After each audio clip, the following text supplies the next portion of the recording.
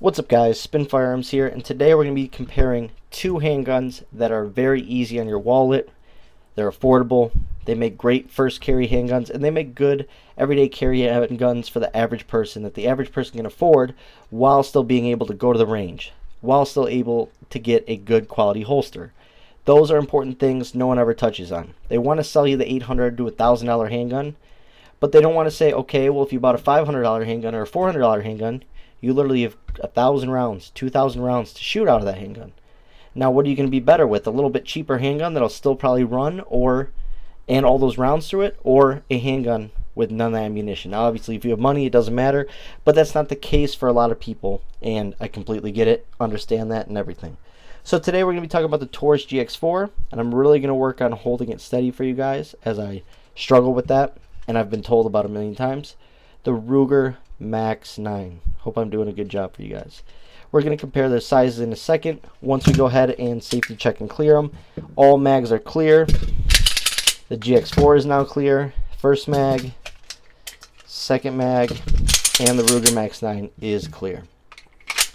Now, before we get started, hit the like button, drop a comment down below, and subscribe. Tell me your thoughts on these handguns, as the opinions tend to be all over the place. A lot of people love their GX4, swear by it. Other people will not even buy a Taurus. Some people love their Max 9, swear by it. A lot of people won't buy a Ruger. It is what it is. I'm going to talk about my thoughts and my thoughts only, so do not get offended based off anything I say. Taurus GX4. I have two of them, so I'd say it's a pretty decent sample size.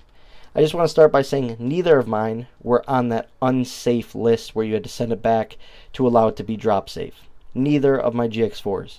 They both run flawlessly. I have zero issues with them. And honestly, they're pretty comfortable and pretty good shooters for how small they are. For some reason, that larger backstrap just really fills my hand well and my palms well, as you can see. Look at the shape of my hand. Right when I get in there, the contour is dang near perfect. It's a very ergonomic handgun for how small it is. The fact that you can get 2 1/4 fingers on there, but it still feels really good, like you have a great purchase on the handgun. Even without that pinky, you feel like you have that handgun locked in. That's a great feeling. So I honestly really like that about the GX4. On top of that, you notice something so simple that Glock could do or other companies could take a note of. Texturing everywhere. Doesn't have to be a whole lot, just give us something, right? And this actually feels like a medium level sandpaper, maybe a little lower than medium, so it's very comfortable but still very grippy. And I have shot my GX4 out in the woods in like 85-degree weather, being swarmed by mosquitoes and sweating, and the grip was there. I actually shot it pretty decent. Next up, Taurus was very smart. They said, let's give this handgun every option it could ever imagine for sights, and it used Glock pattern sights. Now the sights you get right on there are actually better than Glock sights right out of the box. They are metal, blacked out rear with texturing, and a white dot front, but once again are metal, and that's the difference between these and Glock sights. So these are actually a nicer sight picture right out of the box, in my opinion. Like I said, you have unlimited options to swap them out. I got my GX4 for about $240. You can get them optics ready for about $270 to $300, or maybe even up to $320 if you get a Cerakoted one, which is something we want to talk about. My only complaint about both these handguns, honestly, is the finish. I have no complaints when it comes to ergonomics. The texturing is great. Everything functions. It drops the mag. It racks relatively smooth. It locks back, it releases, it does everything you want a handgun to do. And once again, you see me drop the slide on an empty magazine, who cares? I've spoken to people about it. It does not ruin your handguns. You would have to do it tens of thousands of times, and who cares? Whatever. Anyways, Taurus GX4, I just got to demonstrate to you guys that drops freely. That's the point. They have awesome memory pads that I really like. One thing I don't like about the GX4 is the takedown, but it's very easy. We all have a flathead or a knife or a shell casing.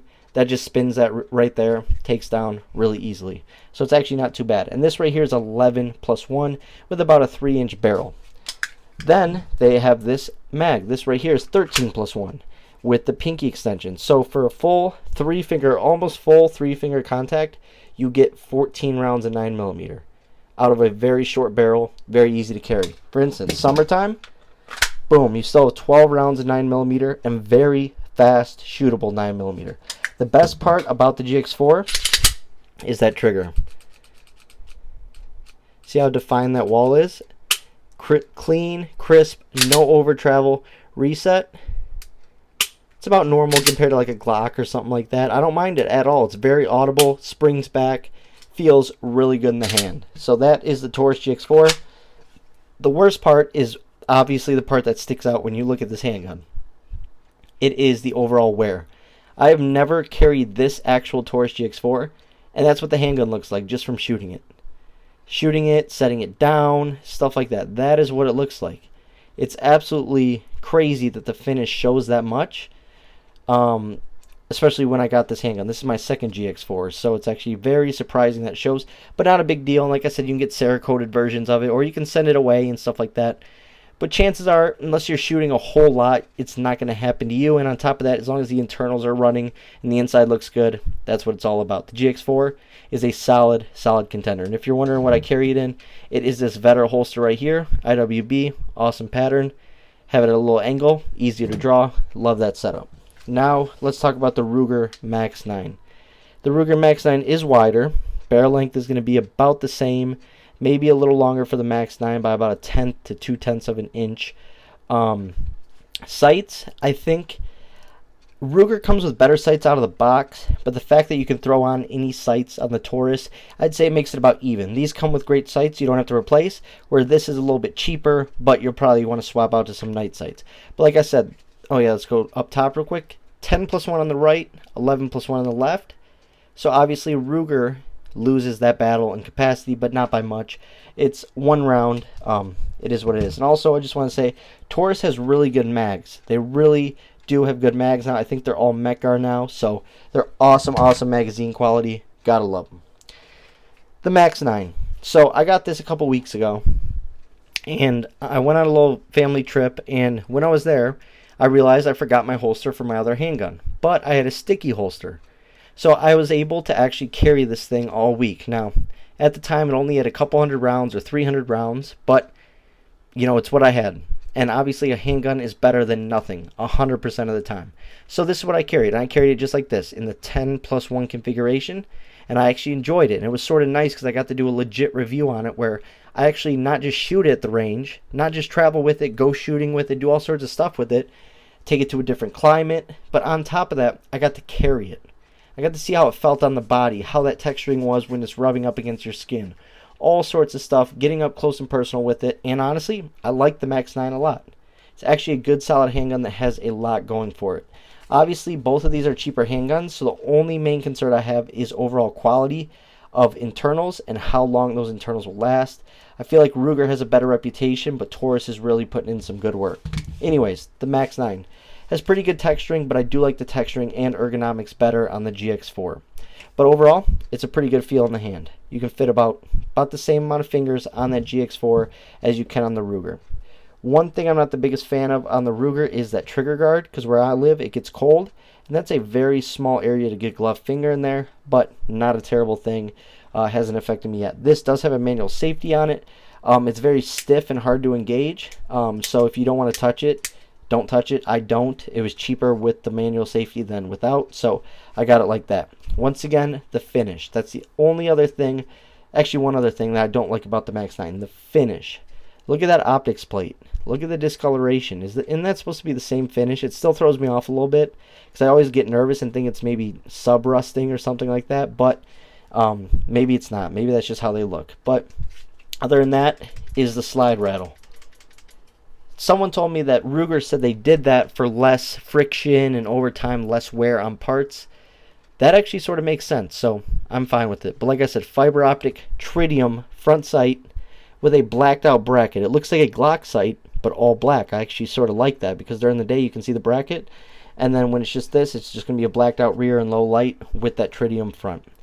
Now, like I said, the finish is a little junk. On my barrels on some of my other Rugers, I've had a lot more wear. This one actually seems to be pretty decent, so maybe that has to do with that slide wiggle. But let's get to that trigger. And oh yeah, this is that 12 round mag. So this right here is 12 plus 1 with this magazine. And honestly, with this mag, it feels really, really good in the hand. The way it bumps out right here, see how that base plate sort of sticks out? You really get a good purchase on that handgun. Really good grip, really nice texturing on this base plate, whereas the Taurus doesn't have the texturing, but this has one more round in it. But overall, everything functions, and what's surprising is on a lot of my Rugers, you can't release the slide with the slide stop. So on this one you can, and it's actually not hard. So they definitely made that a change. That one was a little hard, but and then once again, the only other thing I don't like about this is the takedown. It's not terrible though. You just got to drop this piece and push out the pin and you can take it down. Let's get into that trigger and then end the video. Trigger, little spongy. You see the sponge right here, and then break. You feel the sponge and then break. It's almost sort of hard to predict, but when you're actually live firing, it's very easy, clean, and crisp. It's actually pretty light. It's lighter than the Taurus for sure. Resets longer. It's still very crisp, very audible, springs back pretty well. It's a decent trigger. It's not bad at all. Now, if you were to ask me which one do I prefer, it's a very hard choice, honestly. And if you want me to answer honestly, I don't want to offend anyone or anything like that. If you own one or the other, I sort of like the GX4 better, but I trust the Ruger more, if that makes sense to you. I think that's fair. You gotta be real and say that's a fair, statement. I like the GX4 shooting, handling, texture, ergonomics, all that trigger better, but I trust the Max 9 to last longer, less part breakages, better finish, stuff like that. But they're both great guns. I love both of them, and honestly, I wouldn't keep them if I didn't like them. As you guys know, I once owned a SIG P3 or SIG P320. It's well gone. Thanks for watching, guys.